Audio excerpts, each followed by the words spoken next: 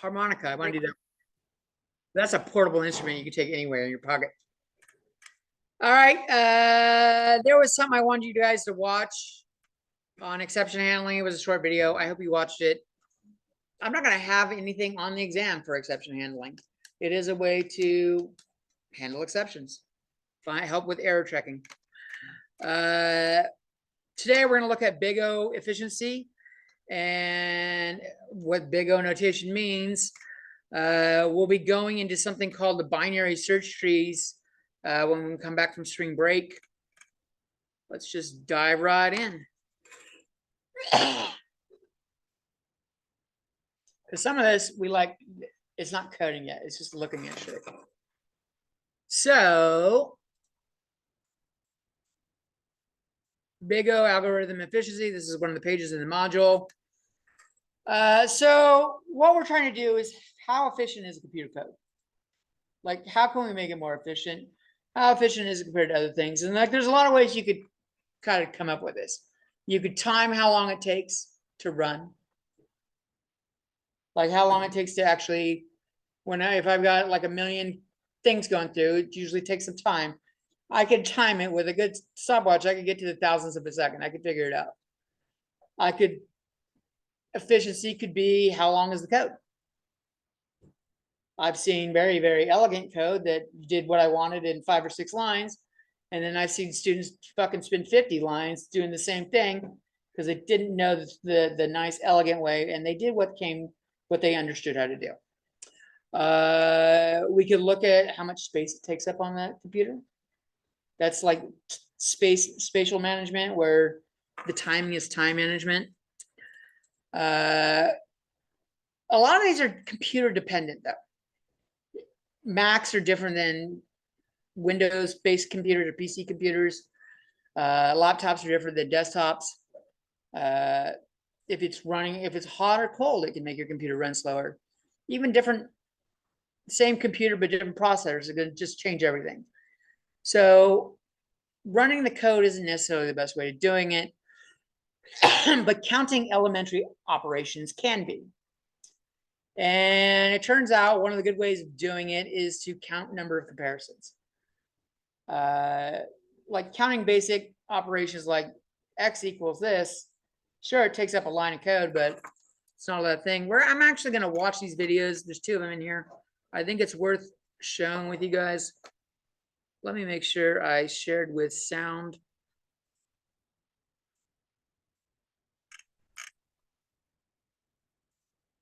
There we go.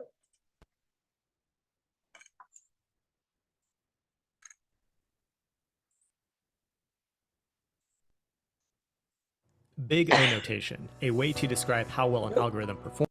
That's not working. It's supposed to make noise. Why is it not? Audio settings. Try that.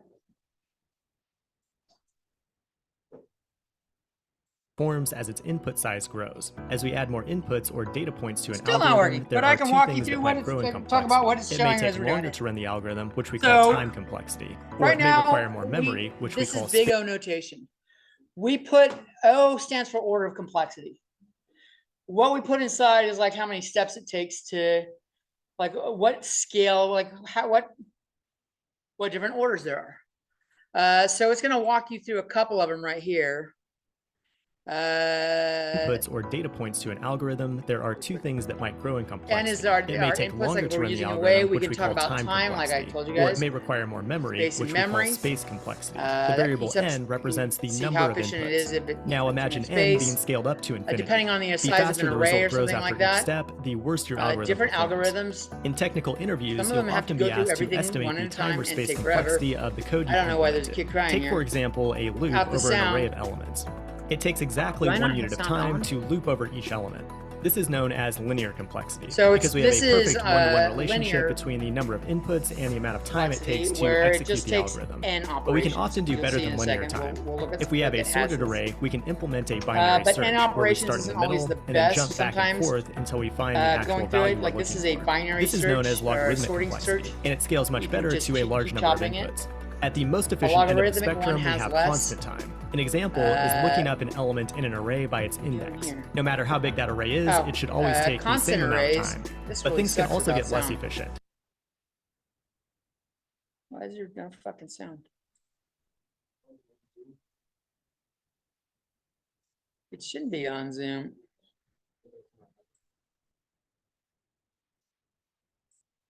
Huh. Well, maybe I'll let you guys look at it later. We'll talk about like that's not as fun as I thought it was gonna be. So counting operations is good. We have a couple different types. We can have, and we call it big O notation. It's called big O notation.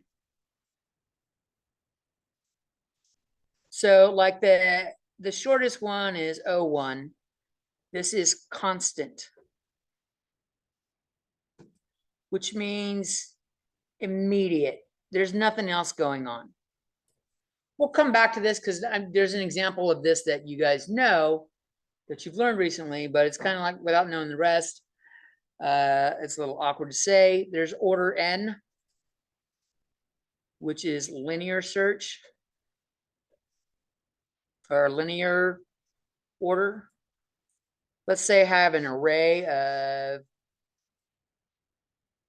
I don't know, what is this? 1, 2, 3, 4, 5, 6, 7. This is 7. I have an array of size 7. If I'm searching for a specific value, I could find it right here, or I could find it right here, or it could be somewhere in the middle. So like the quickest time is 1. The maximum time would be, maximum steps would be 7, because you're literally going through it and going, I know there's better ways using auto. I think auto is lazy. Until you really know what you're doing, is better to like address what the variable types are. I equals 1, I less than 7. I equals 0, I less than 7, I plus plus. If, let's call this the array like that, if array I equals 5, see out, found it. And maybe break, get out of the loop.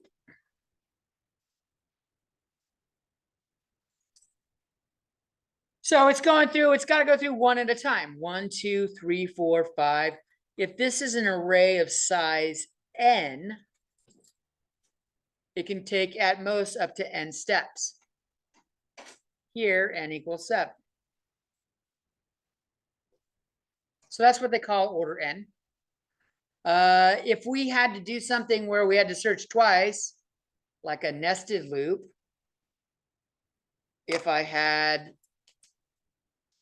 for int I equals blah, blah, blah, and then for j equals blah, blah, blah, we're going through, and let's say they both go up to n. Every single one of the i's does it n times for the j. So n times for n and j gives you O(n) squared. This is called quadratic time.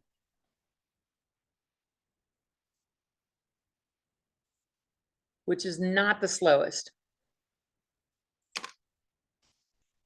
Let's see, I got a list here of them. So in order of efficiency, the most efficient being over here, and the least over here, order 1 is the fastest. Then order log n. So this is like a flat line constant. Log n slowly goes up like this.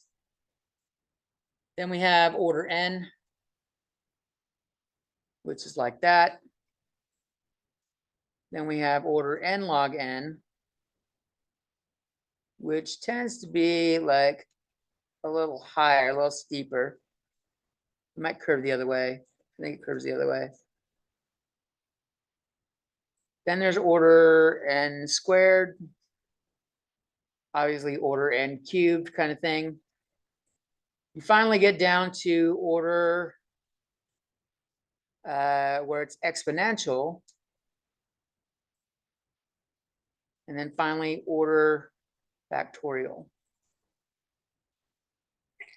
You want things that have a smaller thing on this list because they're more efficient. And so, like, how do we figure out what these are? Like, there's a website that'll show you common ones, but how did they get them? We're going to show you how you can come up with these things. That looks weird. It's all fucking sideways. All right, so I recommend you watch these. This one was literally 100 seconds. This one is about 5 minutes. They're both going to show you, I think they both end up having this chart right here, which shows the scalings. Log n is less than n log n, and going up through the things. And this is like n is along the bottom, and how many operations and thus time it takes to do is going up. So for a short n, you want something that's relatively low. Like here, n is 5, and it's 2 to the 5th power is a lot. But log 2, 5 is really small. So that's the idea. You don't really need to memorize this chart. Both this one and like this right here is going to take us to something we're going to look at. You look at the next one. It also has the same thing, sorting algorithm, notation, animations. This is that chart we were just looking at. This is some textbook stuff if you'd like to read about it. But if you click on sorting algorithm animations, it takes you here. This is kind of neat. So we have a bunch of sorting algorithms: insertion, selection, bubble, shell, merge, heap, quick, and quick 3. We're going to actually code up a couple of them, and it shows you the code on them.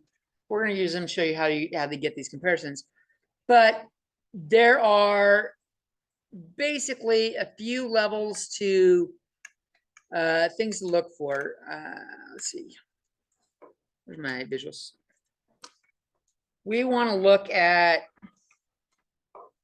the way that we usually classify a program is by worst case scenario. If it takes as long as it possibly fucking can, like it's the last thing it looks for. In the example of this linear thing,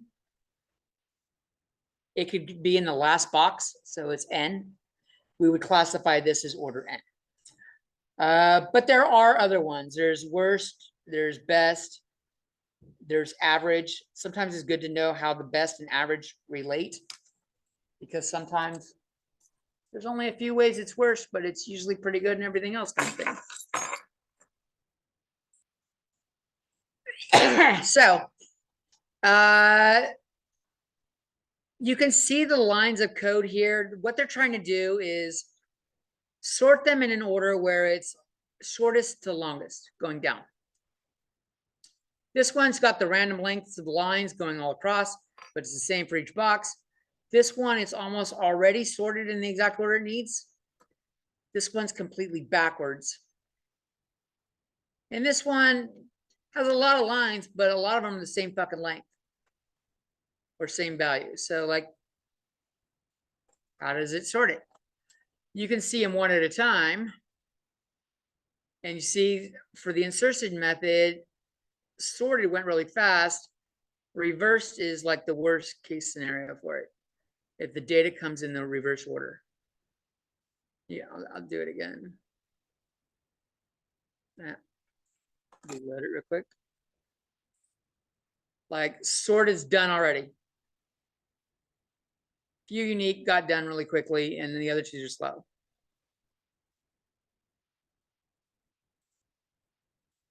do them all at once, you can see some of them, like this selection and bubble sort, are fucking slow.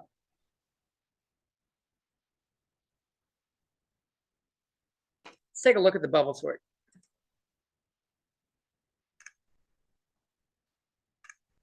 So it's got an algorithm here, and we're going to try to implement it in our stuff and give it a try. If you got your computer open and you're doing it following along, just copy that shit. This is generic code, so we're going to have to tailor it to what C++ uses.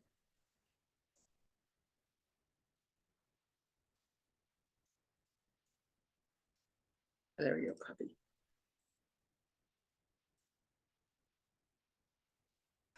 And I have a nice program already started up.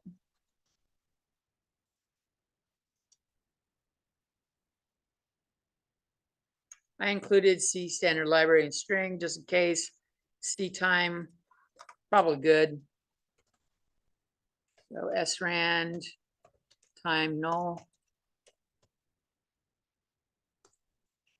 Let's come up with a nice little array.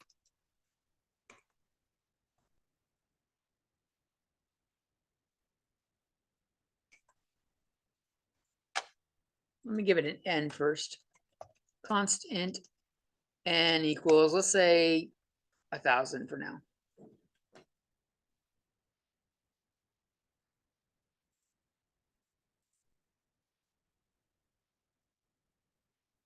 Int array n.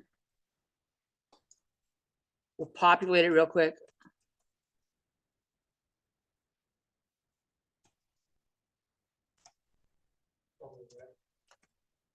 What? Yeah. This is the bubble one.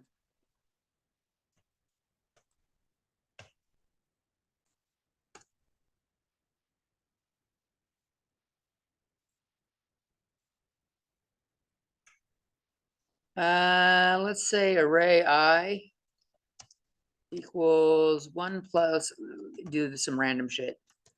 1 plus rand mod, I don't know, 250.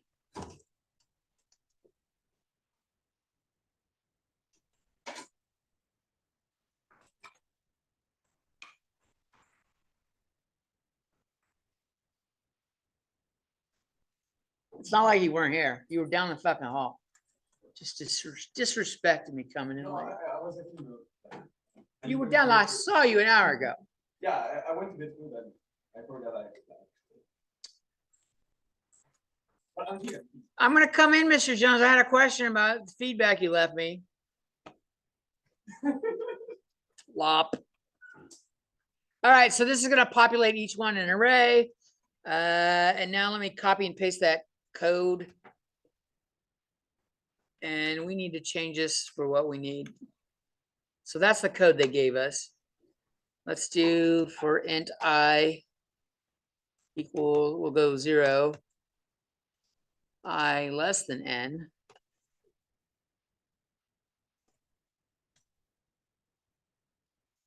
I plus plus.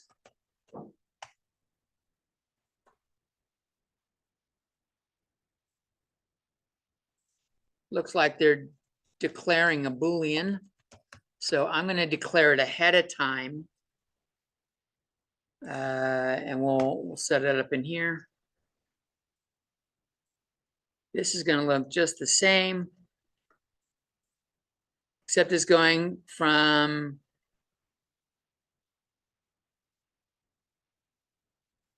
n to I plus 1. What did I have there originally? It was just 1 to n. Okay.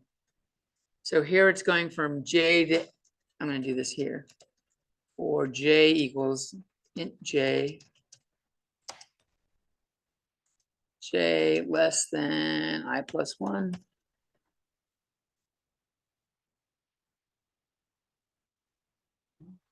Should be j less than I if everything's shifted by 1.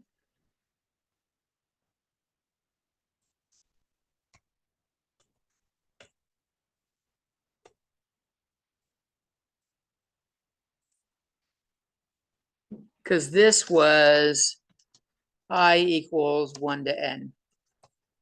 And we're going from 0 to effectively n minus 1. So our I is shifted down 1. So here I shifted j down 1. I didn't use I plus 1, I used I.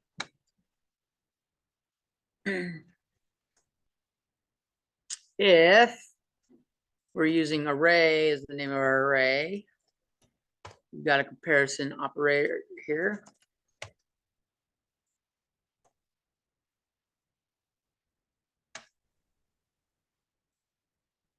We will swap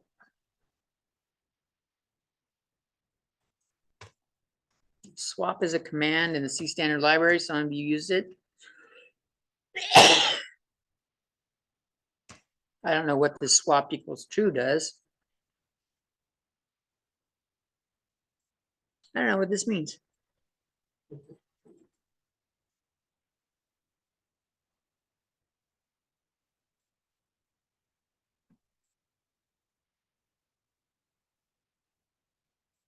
Not swapped would be that.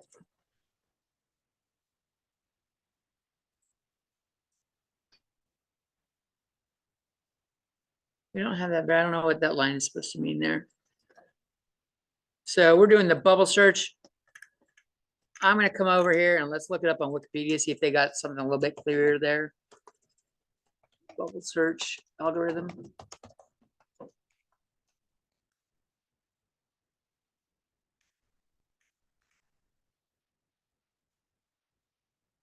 Geeks for Geeks. Yeah, okay, let's do Geeks for Geeks.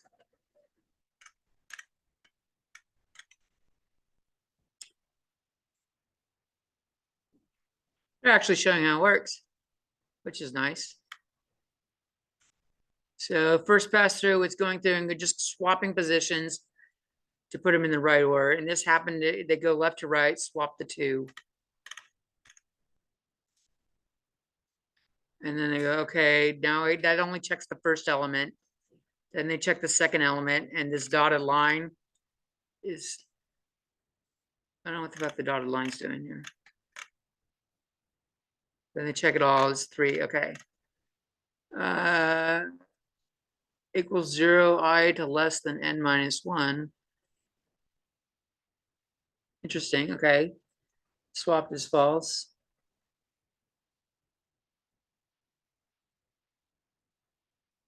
They did that. They have n minus 1 and n minus I minus 1.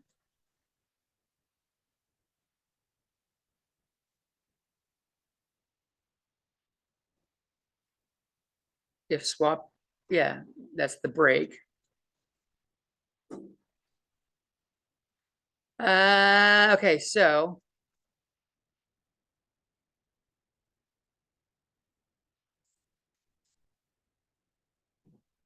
they had j equaled 0 to n minus I minus 1, which is different than what bubble sort was giving us. The other bubble sort.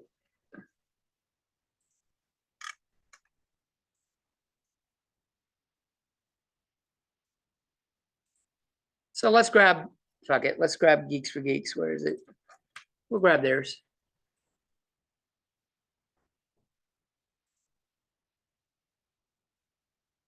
Fuck it. Oh, let's grab their print array too. That'd be nice. That'll speed some shit up.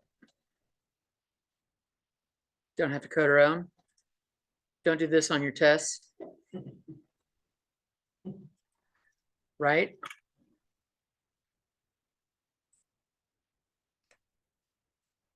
Okay, let me put this function up top. I know we should separate it. I'm not going to separate it just because it takes longer to separate.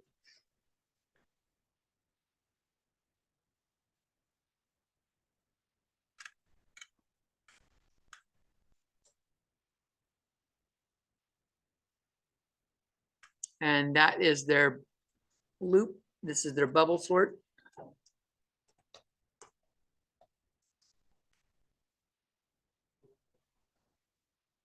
What?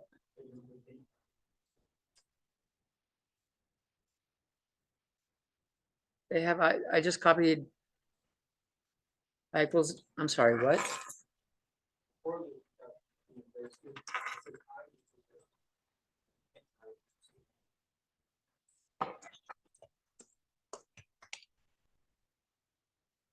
To catch. I will put this Boolean up here with the other arrays, declare them all up top, the variables. And we need int j here. One thing you can do is auto. But like until you're really comfortable with knowing what everything is, you know when you see int exactly what it is. Auto, the computer will know what it is right away. But sometimes you don't know what it's gonna fucking pick. Like, is it gonna pick an integer? Or is it gonna pick a double or a float or like so? Like declaring without auto is it doesn't have the same versatility. You can't just swap it amongst codes as well, but you know exactly what you're getting. So here's our bubble sort, and we have our print array up here, and it's passing the array and the size. So maybe we'll print the, oh, we have 1,000. Let's not do 1,000. Let's drop it to 25 for now. That way we can print the array once here.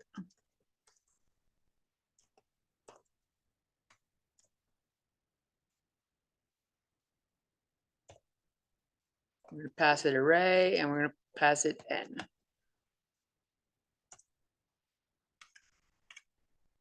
And then this is the unsorted print.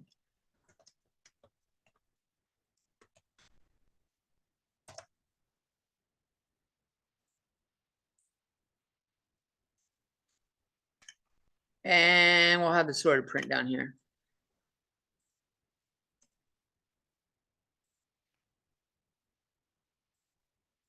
Okay, I realize I've done a lot. Let me slow down, get that up there where you can see it all.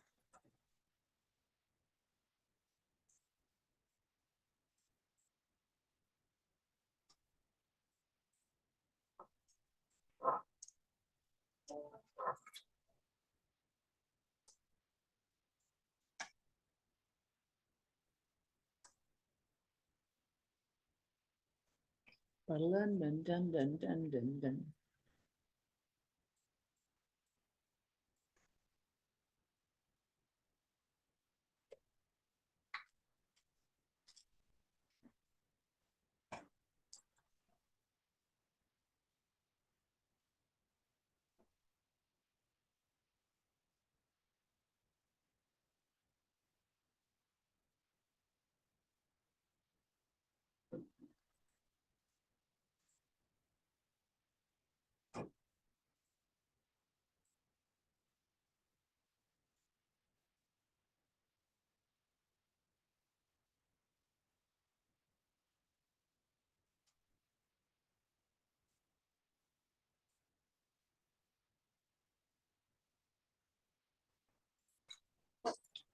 Is anyone? Oh, Colin's still going. No laptop today, one? I have my laptop, but it's been really laggy this week.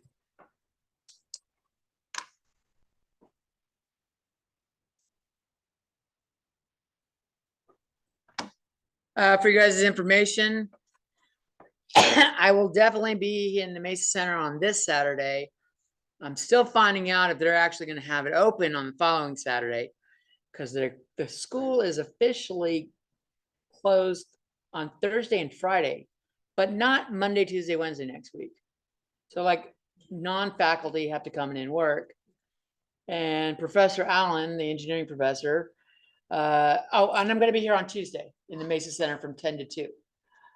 On Wednesday, Professor Allen's going to be here from 10 to 3. I'm probably going to join him in the engineering lab just for doing like projects or maybe chess or poker or whatever we want to do. If anyone wants to show up and do shit. Oh, no, well, as long as I'm not playing, if I'm playing, no. If you guys play poker on your own, I can't gamble with students. That'd be immoral. Yeah. Print array is that. And then we're trying to see if we can do Thursday as well from 10 to 3. But like the school's officially closed, so we need to get permission to open it, which means they have to, I guess, adapt the alarm system around us. We don't know if they're gonna do it. I didn't know there was fucking alarms here. Cause I come in on Saturdays and open shit up and I'm never fucking worried about an alarm at all. I remember exiting out of FNL, it was like midnight, and there was like nobody in the parking lot, but the alarm started going off on the stalker. They were saying, get out, we both called, we have called like Ah, the authorities. Yeah.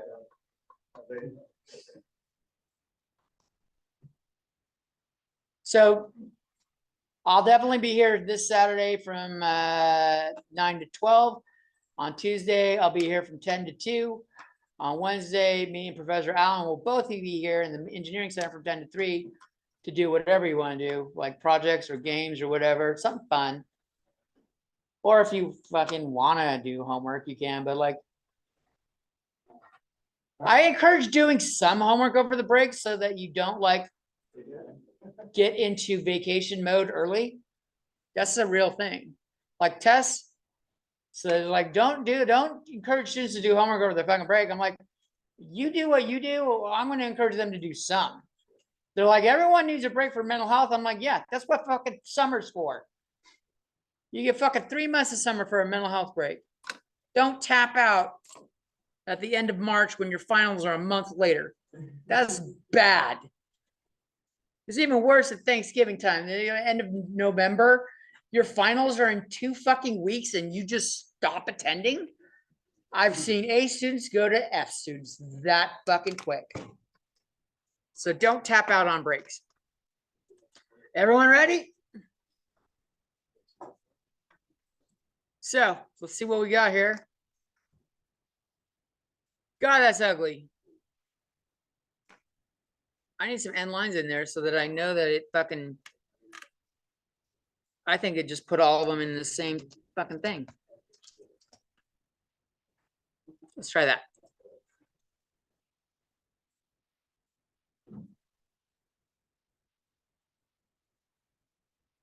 So it's taken them and sorted them. We had, it looks like as low as 24, as high as 247. If we do it again, 3 to 249, that's quite a fucking a variety. So how many steps is this taking? We know that it's working, so I'm going to turn off the print array.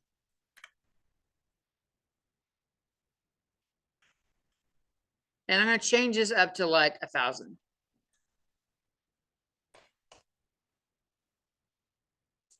So what we want to check for code efficiency for the sorting algorithms efficiencies, we only want to look at the sorting algorithm.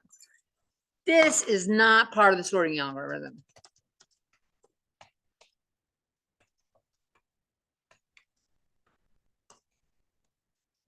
Don't try to count shit here.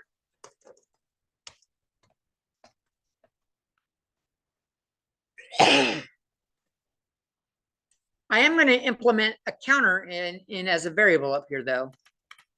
I'm going to say int counter equals 0. And that way we can count the number of comparisons we're going to do. So this is a counter for comparisons in our sorting algorithm.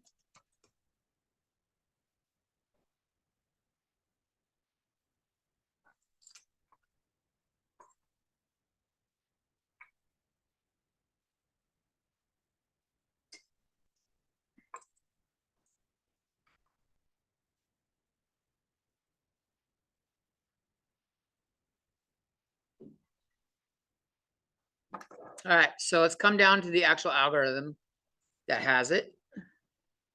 And that starts here. Sorting algorithm begins here.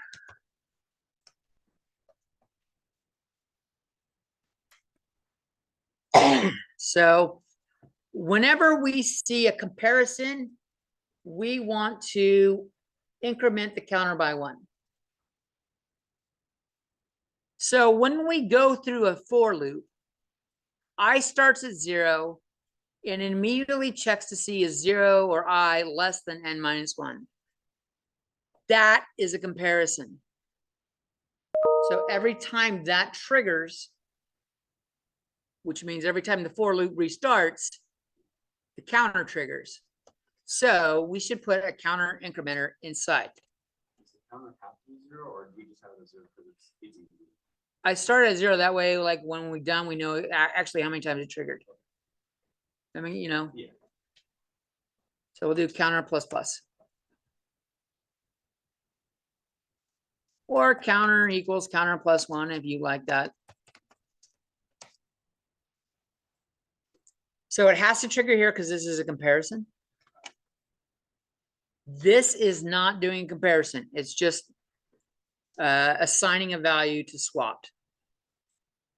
We come in here and the J loop is doing comparison. That line right there is doing a comparison. So we need to do a counter plus plus here.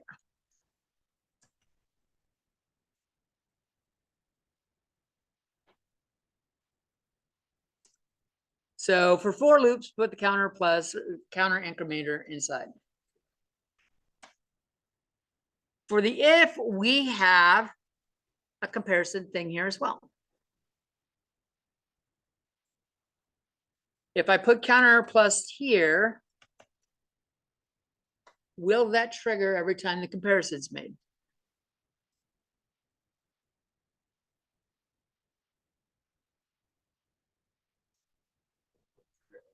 Will it trigger every time the comparison is made? No, only if it's true, right? So this will only trigger counters. The counter will only go up if this is true. We don't want that. We want it to go up true or false. So for if statements, you got to put that shit before it or after it. Whichever case you want to do, it's got to go somewhere. Maybe I'll put it before it and I'll label which one's for which. This is for the J loop. And this is for the if statement.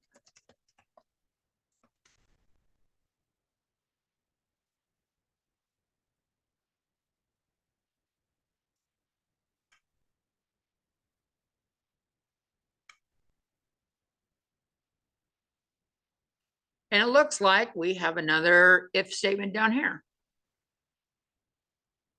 So that's going to trigger every single time too. And this is for the if statement below.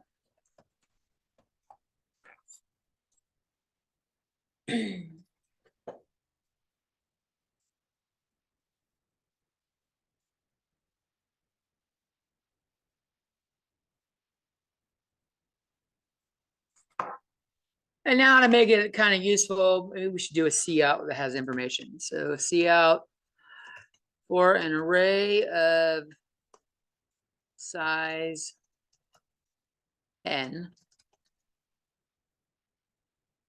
comma, the bubble sort took counter comparisons to complete.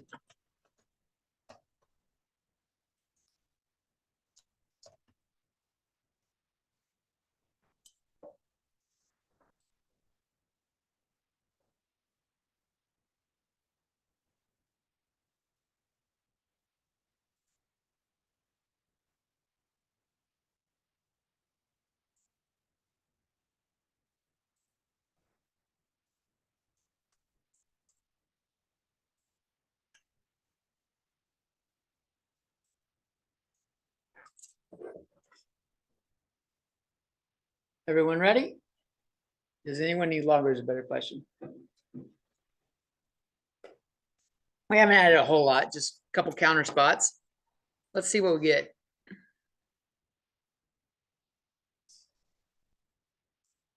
For an array of size 1,000, it took 999,944. So how does 1,000 compared to effectively 1 million is squaring it. So bubble sort is on order n squared.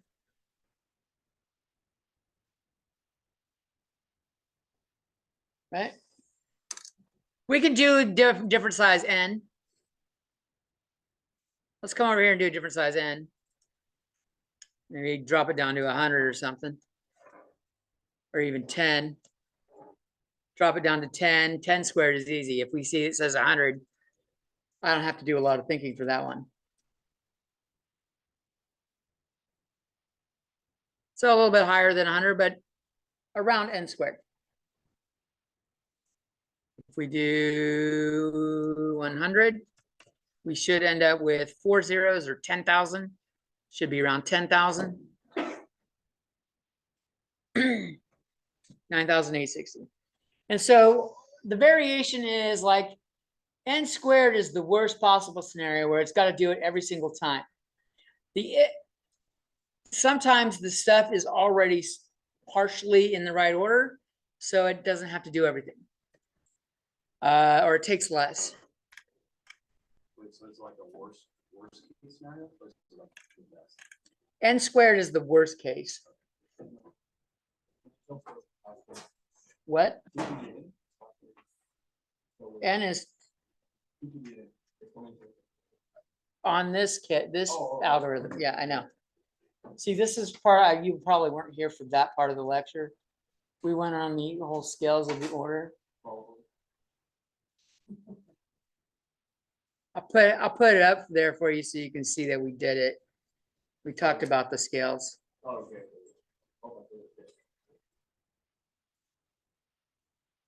So that's how the counter's done. We can look at some other code to see how, let's think. Let's go back to the list. That's not what I wanted. That list. We were looking, this was bubble sort. Which one would you guys like to check out? What? Shell?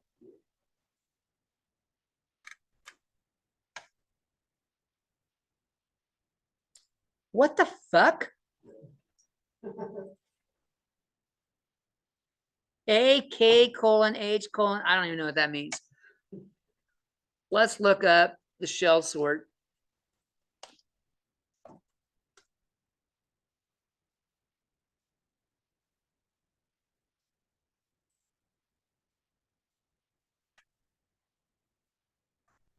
So shell sort is mainly a variation of insertion sort. In insertion, we move elements only one position ahead. When an element has to be moved far ahead, many movements are involved. Oh, shell sort is like the shell game. So you can move it all the way. Okay. So we may move it a lot.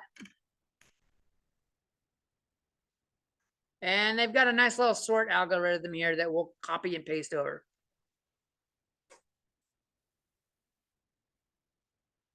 So come grab the shell sort from Geeks for Geeks. I literally just typed shell sort into the top one.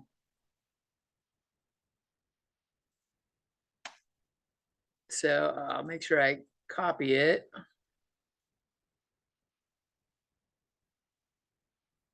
Why is it returning 0? That seems like a weird fucking sort. It's not in the main. It's definitely doing the fucking return 0 in shell sort. Why even have a fucking in it? Just make it a void. All right. Well, anyways, I'll put this one down here. And we will come up here and prototype it up above. I guess I might as well prototype the printer right here while I'm at it.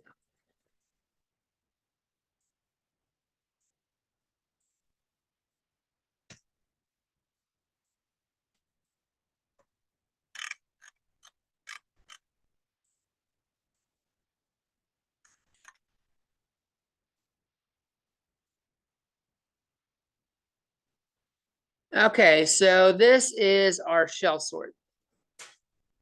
Before I get started implementing the counter search, does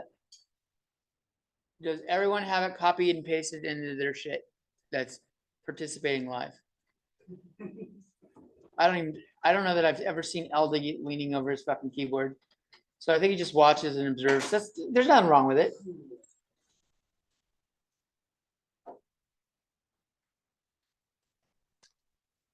I wonder if Wikipedia's got a nice video for how this is working.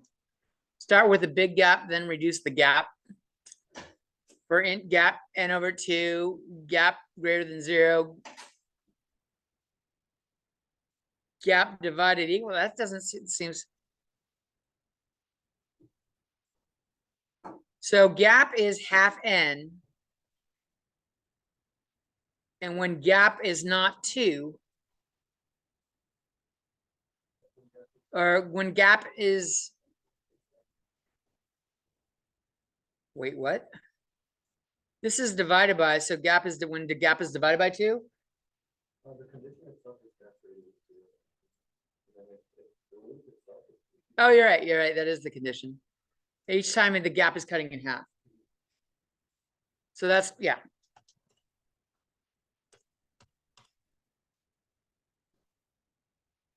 So do a gapped insertion sort for this gap size. The first gap elements, A0 through gap -1, are already in gapped order. That's a fucking weird way of saying shit. Gapped order. Keep adding one more element until the entire array is gap sorted.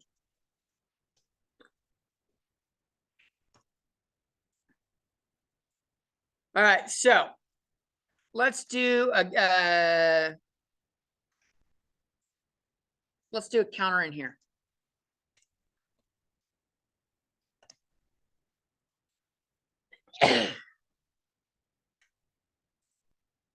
So every time this one triggers, we'll increment. And every time this one triggers, we will increment.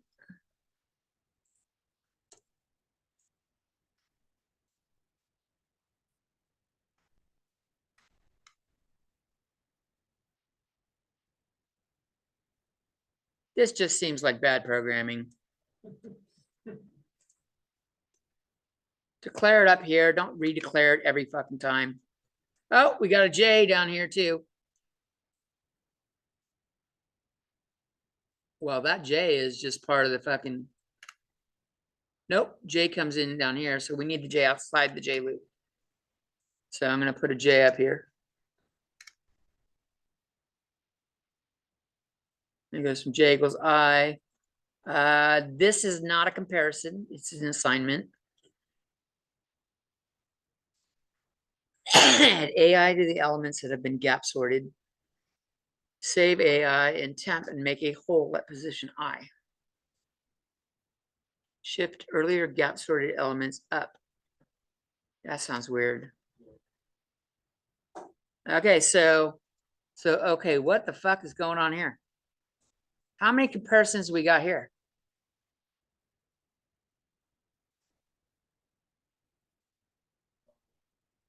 It's doing one comparison here, right?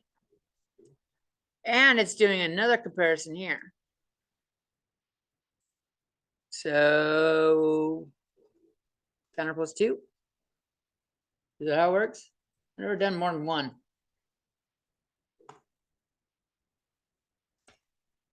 I know it does work.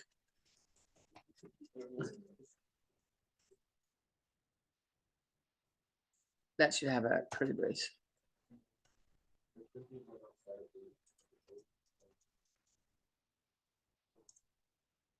And that's where it ended right here.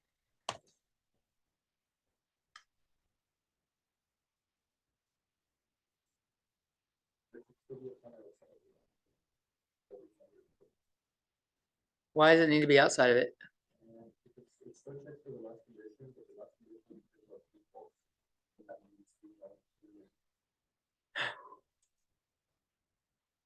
You're right. As soon as one of them breaks. Okay, so I'm going to put that afterwards. because that'll make more sense. So let's label these. This is for J greater than or equal to gap. This is for R J minus gap is greater than temp.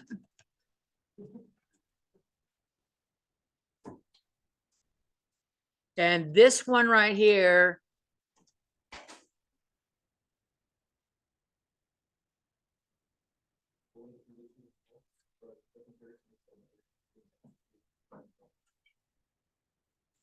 well, see, I'm wondering, because like if the first one's true, you're right, it's not going to count at all. So like if one of these fails, at least one of the comparisons is made, maybe both comparisons are made, right? For it to fail, both should, so this is for at least one of the four loops not working, or four comparisons failing.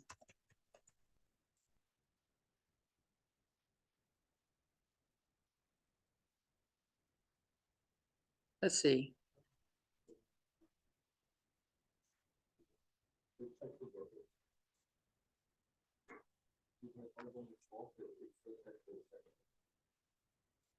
I think so.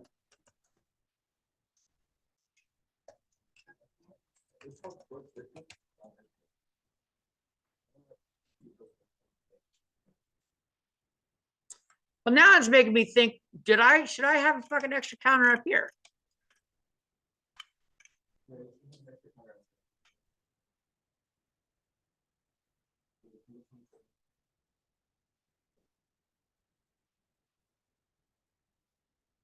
Because it triggers after the loop. And it may not run the next loop. You're right. Every for loop needs to have a fucking extra counter at the end. This is for the comparison that failed in the for loop.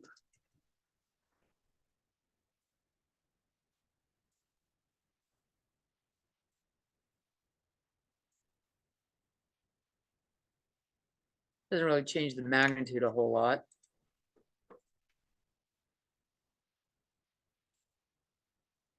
And we have that down here. Well, it does this short circuit analysis, so it only goes to one time. Like it checks for the only one, and then if that one is immediately false, then it just goes up. But what if the other one, if it's not immediately false, it's got to do two, Yeah, so that's weird. right? Yeah.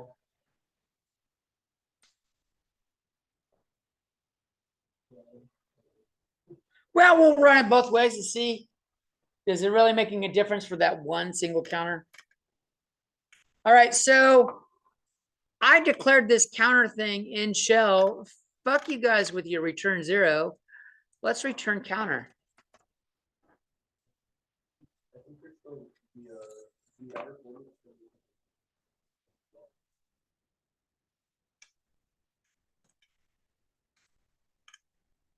Yeah, I got a couple here that I gotta do. That one needs a counter plus plus.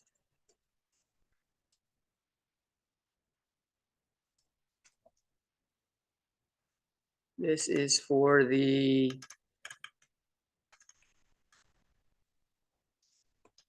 middle for loop.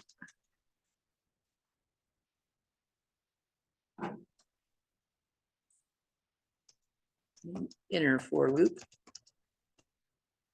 And then we have one right here, and this is a plus plus for the outer for loop.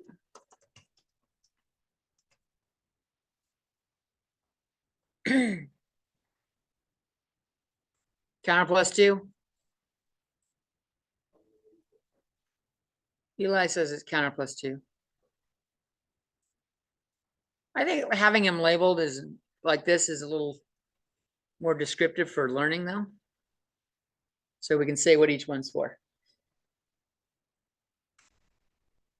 All right, so we're gonna return counter. I haven't used, so good thing about this. Wait. We're passing the array. So this is sorting the array? Well, it's sorted in the main. Pop quiz. It's called shell sort. Let's check it out. So I'm gonna make another counter or another variable right here. Int shell count. And we'll say shell count equals shell sort, pass the array, pass n.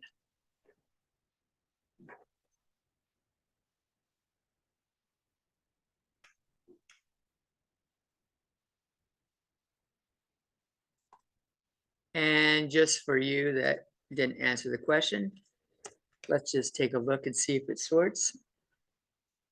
You can always check. I'll drop it down to 10. So these two should be the same if it doesn't sort.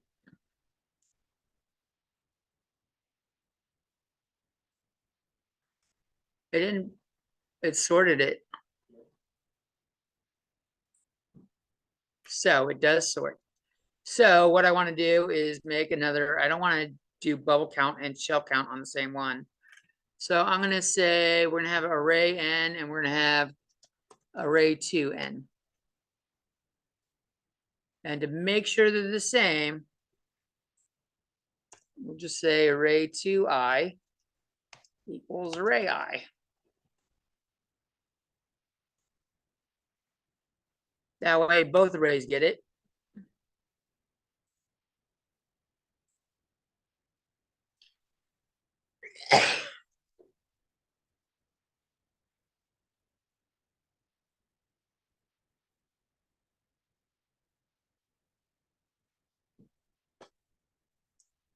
Oh, you fucking look guilty, LD.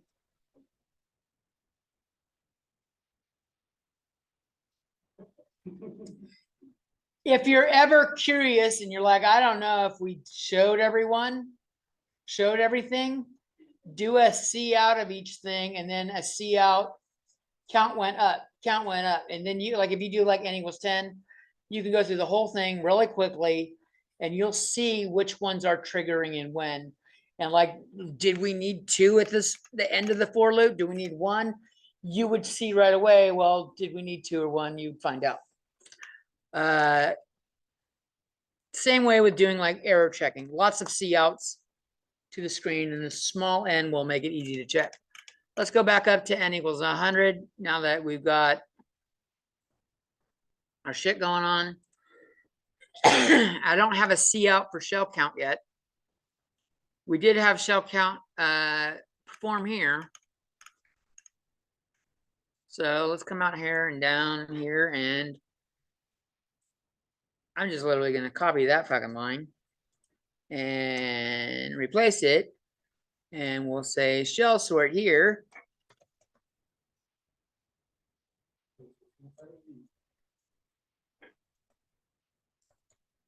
What?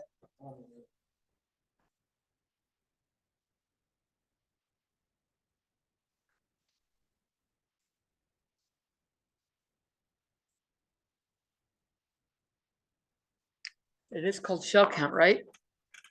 Yeah, shell count. Why is it not fucking there? It went blue. Like every once in a while, it doesn't change the color. I'm like, did you fucking misremember it? No, the fucking trollers in this room are you two. When I was sitting there fucking playing chess with Gus, and they're fucking sitting there talking shit about if Hefe does this move, he won't lose as fast. Right in front of me. Colin. For the final trigger where it checked the comparison, but didn't have to go through here to do it. So for this case, when I equals n minus one, it had to check that I equals n minus one, and then it doesn't run it. So we increment one more count down below. Does that make sense?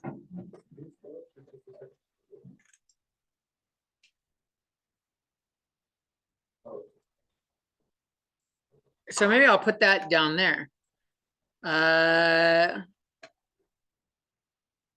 In the J, I'll call this in the J loop.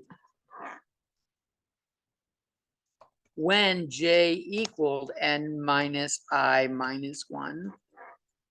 And yeah, that, where's the other one? There's one up there. Let me copy this and put that down here and just change the code or change the comment. I equaled n minus one here.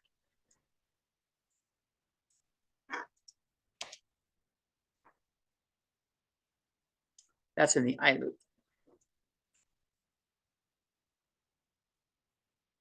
No, they weren't confident in my abilities, Eli. They were fucking talking shit. And I'm sitting there trying to think of what I'm going to do. And he does this, he does this, he does this. What do I mean? He does this? Fucking bastards.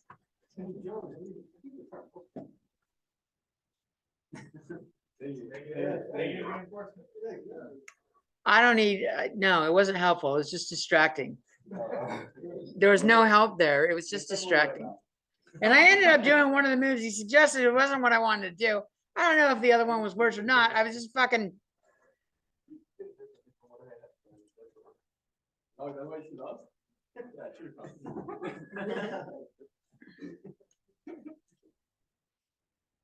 All right. Is everyone ready? You good, Colin?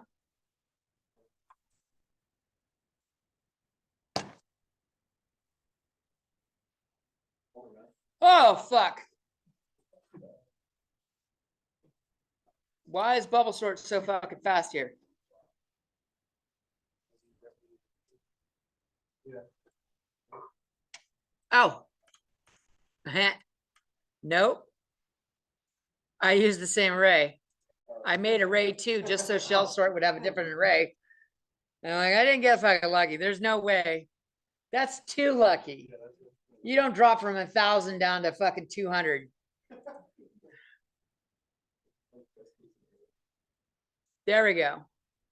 So bubble is on n squared. We had n equals 100, right? This is probably n log n, maybe.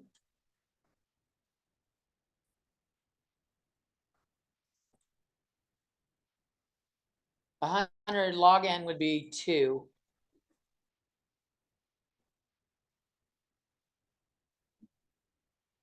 That's that. All right, that isn't right. It'd be 200. N log n would be 200.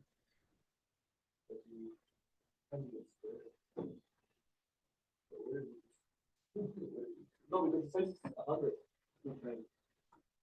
Because n log n, it's log base, or is it what? Log 100 is 2 though. No, it's 2. It's log base 2. Yeah. Log base 2. So log 2 of 100 is about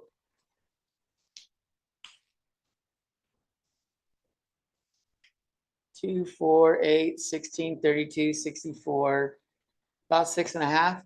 6.5. Still too low. That's only 600, 650. So it might be, there might be a scalar in front of it. I mean, it might be 3n, 3n log n or something like that.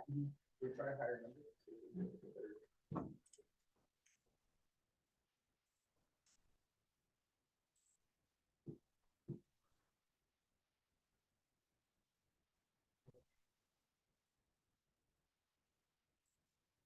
So when you're getting into that log n shit, it's a little trickier to figure out which one's which. Let's come over here and look at Wikipedia on shell sort. It will say someone that has fucking done the math rather than us trying to figure this shit out freestyle. This fucking button don't like working. Come on. Oh, what the heck? It's, I went to the. Worst case, n, what the fuck is that? N log n squared? What is this? The fuck is this notation? That's a fucking big mistake.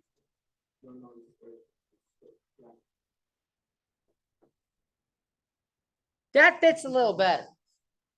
Square fits a little better. N log n squared. That's, I've never seen log n squared.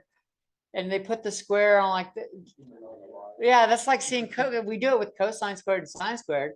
I've never seen it on a log ever. Apparently, someone's doing it.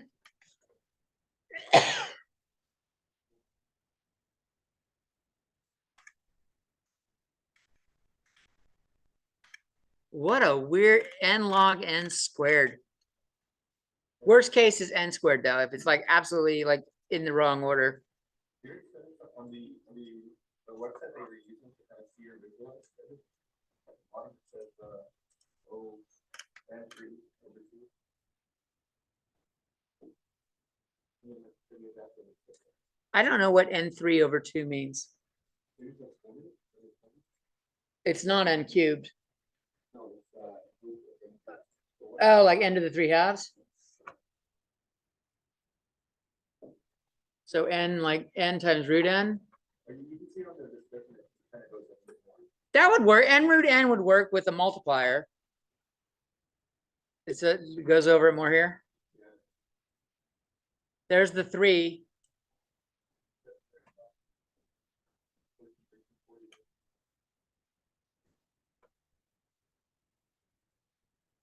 That is such a shitty way of 4/3. What the fuck?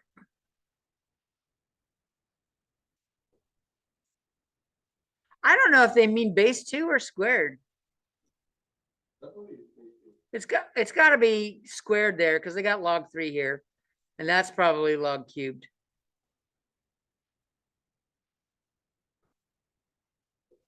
Huh. Either way, that's how you go ahead and do when you're figuring out complexity of shit. Like when you're doing your own algorithms and stuff that there's not something existing. If you want to see how efficient it is, do counters on comparisons.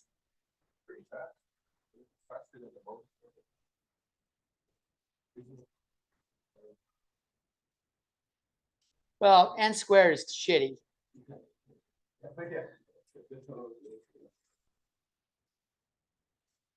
What kind of search would have order 1?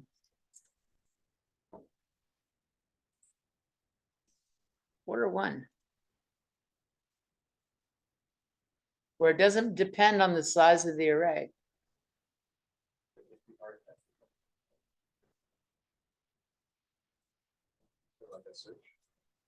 Yeah, what kind of search would have order 1? No, linear is n. That's like, well, you can't assume it's already sorted. Because it's still got to check to see if they're in order. Right? You guys know something that's O1. Maps. Maps, you do not search for the key.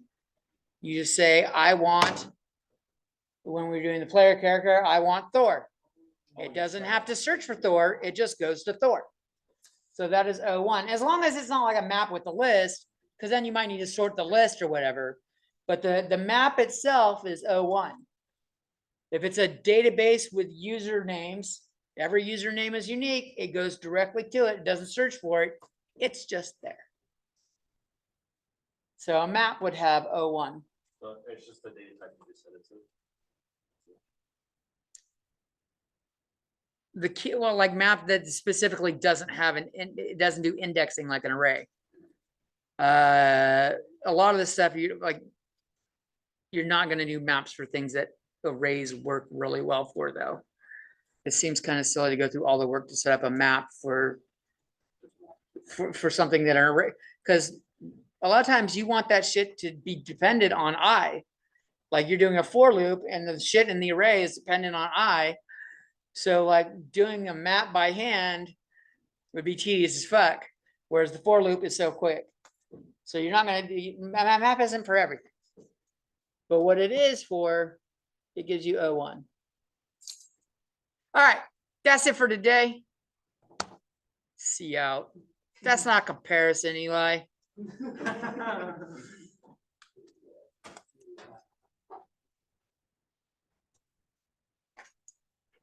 So since everyone's here and Gus was late,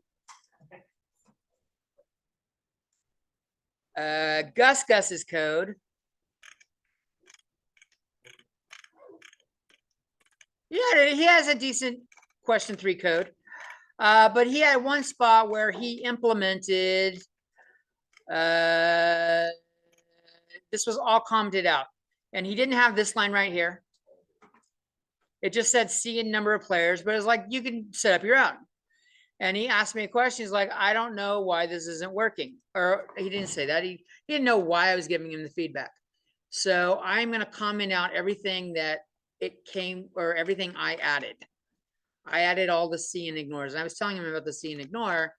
And so this is what happens when I need to close that one. This is what happened when I run his. It's asking for a number of players. I don't know it, but if I enter it, then it asks me for a name and I'll put in David. And that's what happens, Gus. But if I come in and I throw in the ignores, I think that's better to have there.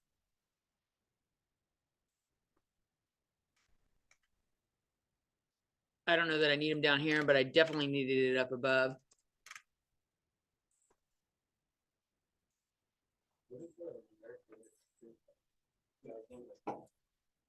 It's checking, it'll ignore the maximum amount in the stream size or until it hits new line. So it'll ignore as much as it needs to until it hits new line. Usually it's, the problem is you're entering something and then you hit enter and it saves the enter because the enter is a new line. And so it ignores the enter. Sometimes C and dot ignore with nothing in it, for some reason, is wonky and doesn't always work. This does. But then when you run his is actually kind of interesting. Like I can make David here. He's okay, so we'll make me level 13. I'm going to choose a mage. Look what this motherfucker says about mages. Which of your OP spells are you going to select? Crystal Soul Spear, or as Max calls it, the blue pew pew. And a fighter will be 1. And he'll be 13 also. And which class you want to be? Give me a what? Fighter. And he uses the pen. And then there's Gus. And he's going to be a little fucking, he's getting carried. He's level 7. And he's a thieving little bitch. And his favorite skill is being carried. And unfortunately, he's got all the deletes going on. But like the printout on the screen doesn't have, what the fuck's Geraldo? Oh, he had I think he randomized the list of names up above. Oh, Gustavo did make the list. Oh, we are on the list. Nope, there's Gus. They did the other list first. You did the first. You have the first. Right, it's doing all those, and then it's showing us. And for some reason, it didn't give me a name. I thought I put in David, but maybe I fucked that up. Like it didn't.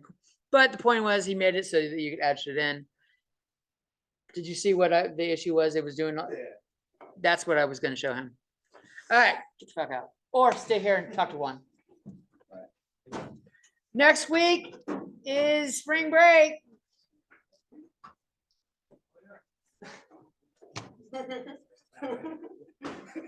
Aldi rode the short bus to school today.